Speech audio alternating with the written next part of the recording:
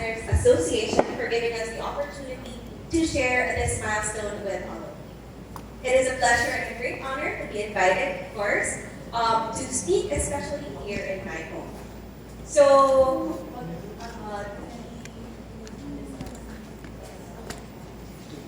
talking about social media education, we need to also talk about how we can adapt to the digital world.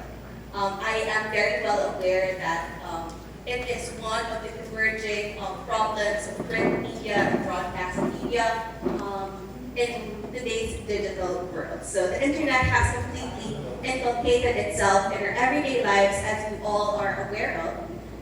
Sino dito yung nag-Facebook every day? I believe everyone here uses Facebook as their source of news and information, especially during these times. No? I am very rarely, especially the millennials, the Gen Z people, they don't use print and radio as their source of information. But we adapt and we learn to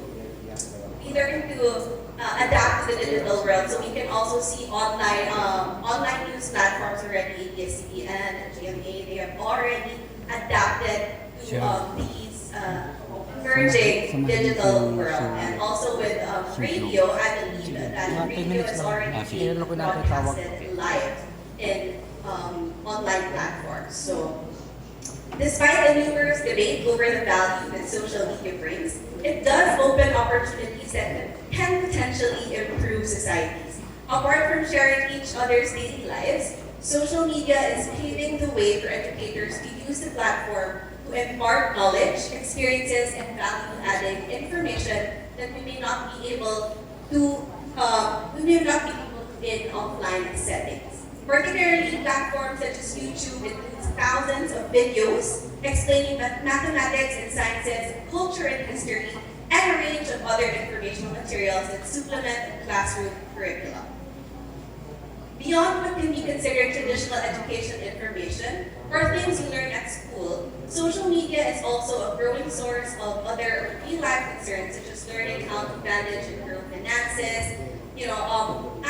As a college student, social media has been a very integral part of education since we all see educators on social media. So social media is one of the things that supplements the curriculum, right? So meron tayong natututunan at social media, hindi natin natututunan at the four corners of the classroom. And that is also our goal here as Presidential Communications Office. I'm also heading the Digital Media Services under Secretary Admiral Gitao, and our goal is to give the information that people don't see on print, on radio. We give that information we give bite-sized information, easy to understand information for the Filipino people. And moving forward, education and social media is one of the many ways on how we can make use of that platform for everyone's needs. However, it is a must for all of us to be vigilant, be critical, and be opinionated on the information that is shared online. It cannot be considered that all of those who say they are knowledgeable on a certain topic are correct, similar to how we verify facts for school, double-check or even triple-check with other resources. Talk to actual experts that you know and go experience them for yourself. So it's one of the emerging problems that we encounter on social media, especially in the digital media world, is the prolific fake news and misinformation, especially during election campaigns. Whenever it's political, yun talaga yung problem sa social media is that madami talagang fake news and misinformation. So the government's role here is that for us to ensure, as communicators, for us to ensure that the information that we put out there is verified, it's real, right? So yun naman talaga, transparency. So you can also be rest assured that the government is one with ensuring that our use of social media does not go afraid. We are committed to helping enrich the Filipino society in the midst of the digital age. and that the Presidential Communications Office has plans on improving how we use and absorb information on social media. So this year, we hopefully, with all your help and support, we will be launching a nationwide campaign to improve the country's digital media literacy.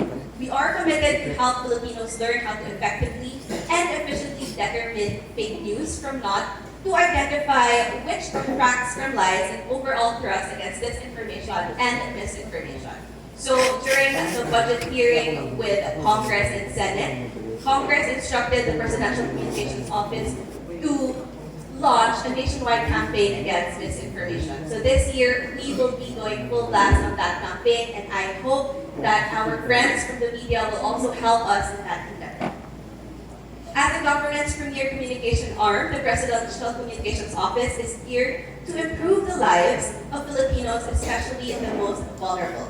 As we always say, information is power, and we will be sharing that power to millions of Filipinos so that each of us have the capability to combat blatant lies spread on social media and other digital platforms. Hopefully, once we do launch this campaign, I'm confident that all the journalists gathered here today are united with the same cause and will join us for more informed Filipino society. And with that, thank you so much for inviting me to speak today to be part of this gathering. Salamat at hapon sa inyo na. If you have any questions, I will be sitting here to answer. Okay, thank you so much, Ma'am Provincial Martin from the Presidential Communications Office under the Office of the President. So,